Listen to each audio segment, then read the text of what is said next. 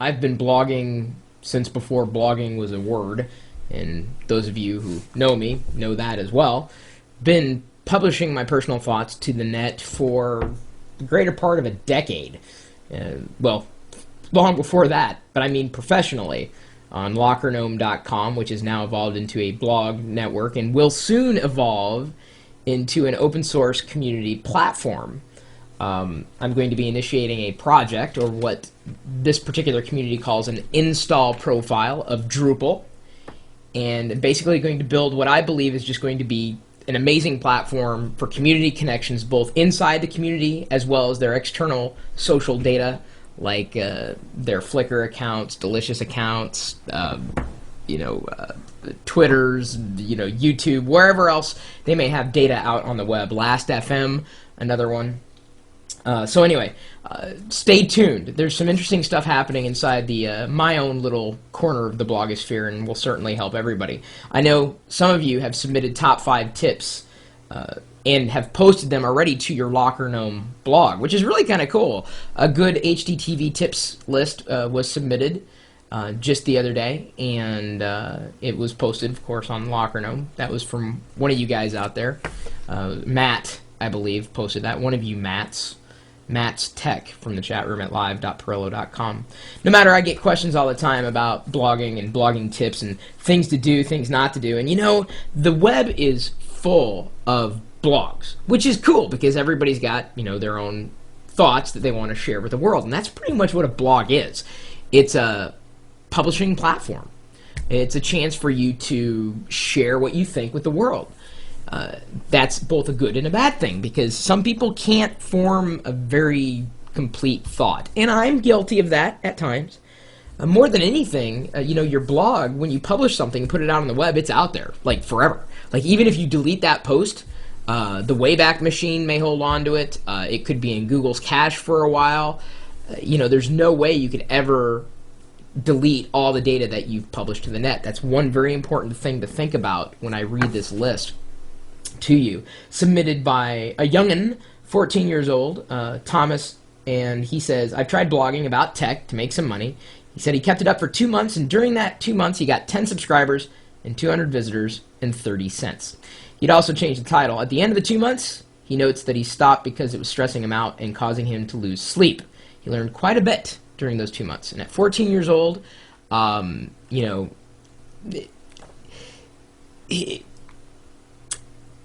I'm glad you tried, and I'm glad you shared these tips, and we're going to see if they're applicable to everybody, not just people who are, maybe in Thomas's age range or in my age range, or in an age range well beyond. He says that he noticed that we've got quite a following of all sorts of ages here, and he thought he would share, from his perspective, the top 5 do's and don'ts for beginning bloggers who might specifically want to make money. Number 5, don't think you're going to get rich quick. Blogging takes a ton of effort, work, and time. You're not just going to start a blog, write a few posts, throw in AdSense, and make $1 million, so keep that in mind. I do it because I enjoy it as well, not just for money, but of course I'm only 14 and I don't need to feed a family. It's one of the reasons why I opened up blogs on LockerGnome, because I can help people make money through blogging that way. And more than anything, we have a couple of people who've gotten bigger writing gigs because they wrote so well, and they did really good art. They wrote really well and did articles that were unique and just well constructed, and they got picked up and have either now moved on and started to do other writing gigs thanks to what they did on LockerGnome, and then even beyond that, they've gotten quoted in press articles because of the stuff they've written on LockerGnome. Number 4, choose a niche. And no, tech is not a niche, unless you're somebody like who lives, eats, sleeps, and breathes tech, as he notes is me. Tech is just too wide a topic. Trust me, I tried it. Well, that's the thing. Blogging is something on the internet, and there are a lot of geeks on the internet. So when a tool is available, who do you think is the first to jump on it? Geeks. Well, what do geeks write about? They write about what they know. And what do they know? Technology. So if you're going to write about tech, you have to have a very strong voice. You have to be dead on. You have to, just gain such a strong following that it's going to make it worth your time. Maybe not monetarily, but certainly in terms of the amount of people that you're going to reach. So he said, so what should you blog about, you ask? Well, make a list of your top 5 things to do. Those are all potential blog topics. Blog about what you like. Otherwise, it'll get boring and become a chore. Why do you think I've been encouraging you guys to submit top 5 lists?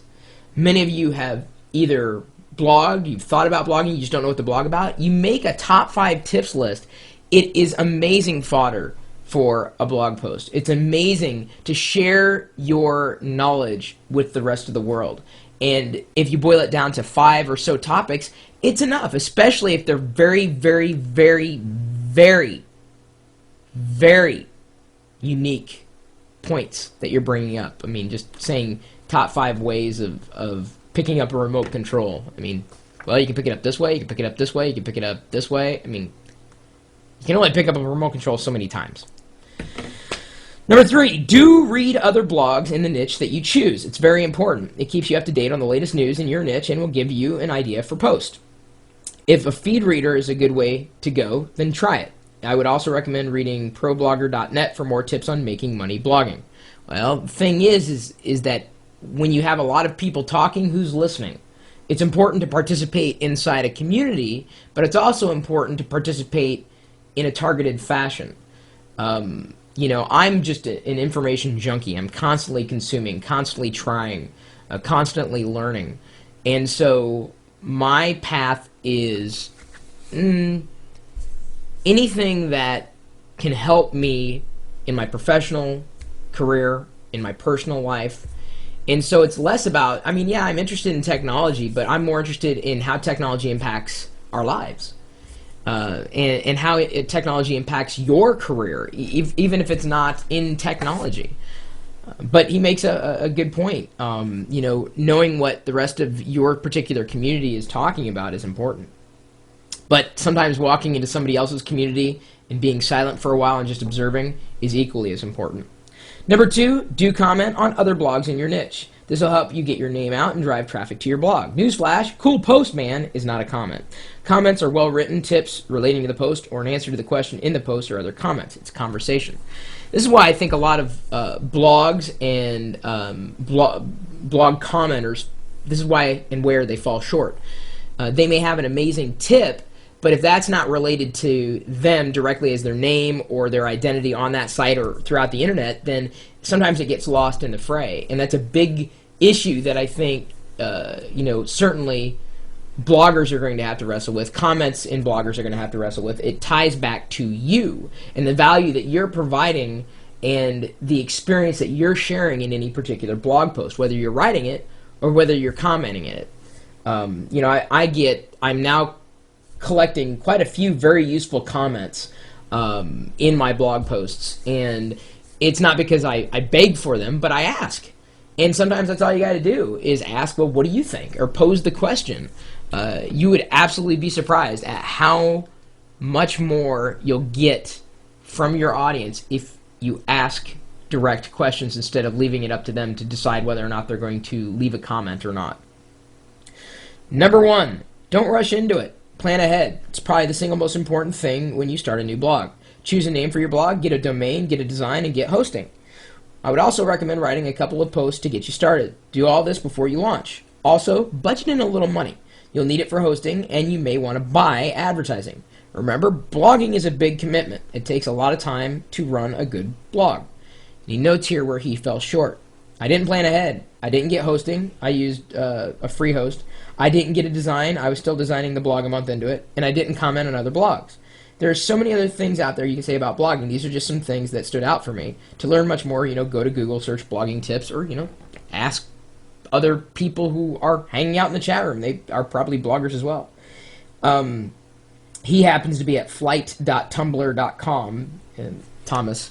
And, you know, I've always said this. It's more important as a blogger, if you label yourself that, it's more important for you to be outside your own blog than concentrating on your own blog. It's much more important to look at how you're interacting in the community rather than what you're doing here. Because the only way of getting people to pay attention to what you're doing here is by doing things out here. And I can illustrate it quite clearly. How did the people who have voice in the chat room right now, how did you guys find me? How did you guys locate the live stream that we do here every day? live.pirillo.com. How did you find it? I'm guessing that most people who respond, either they've known me for a while or they went to YouTube. OmniDragon, YouTube. M. Rivera 1, YouTube. Persian Paladin, YouTube. YouTube, YouTube, YouTube. CNN, YouTube. Google. Do you understand? That's the power of YouTube, okay? So if I was just existing on my blog and saying everybody who knows me can come and see me at live.pirillo.com and just relying on my blog, I wouldn't have, like, I would say 50 or more % of my audience. I had to go to YouTube and say, well, I'm going to publish here.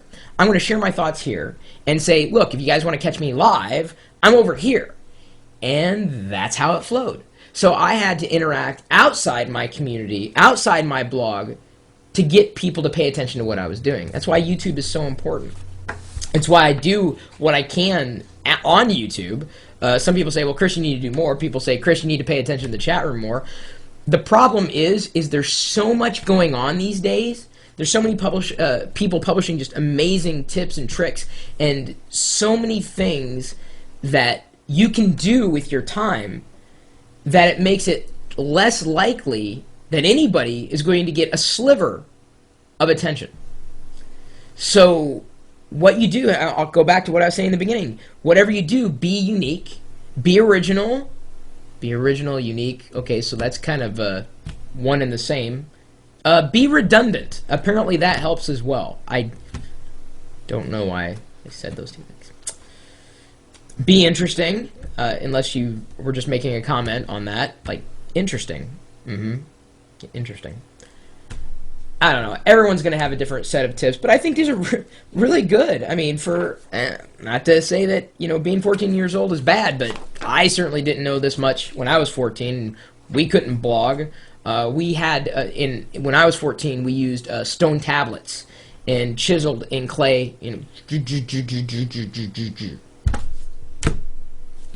and we didn't have grocery stores either. Didn't have food. That's how old I am. Okay, hopefully we got our points across. My email address is chris@pirillo.com. I can be found everywhere on the internet.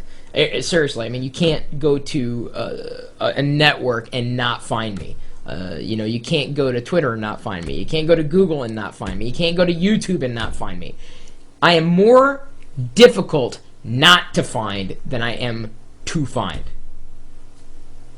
Does that make me a good blogger? No, it just makes me someone who doesn't have much of a life. And I pretty much prove that every single day because we're streaming this live video out over the internet, as I claim, whether I'm sitting at this desk or not. There are people, you know, in the chat room who are typically talking tech. It's usually, and this is the funny thing, I feel like I'm in Groundhog Day. Like if you ever want to talk about gaming or hardcore platforming, like overclocking processors, video cards and stuff, I'm telling you, stop by the chat room because I kid you not, every single time I look to the chat room, they're talking about one of those things. Doesn't matter what time of day. Every single day. Doesn't matter. The topic is pointless. They're going to talk about games and hardware, and that's fine. We're geeks and everything. But if you want to learn more about that, there's no better place to come and learn it than at one place, and one place alone, and that is live.pirillo.com. We'll see you later.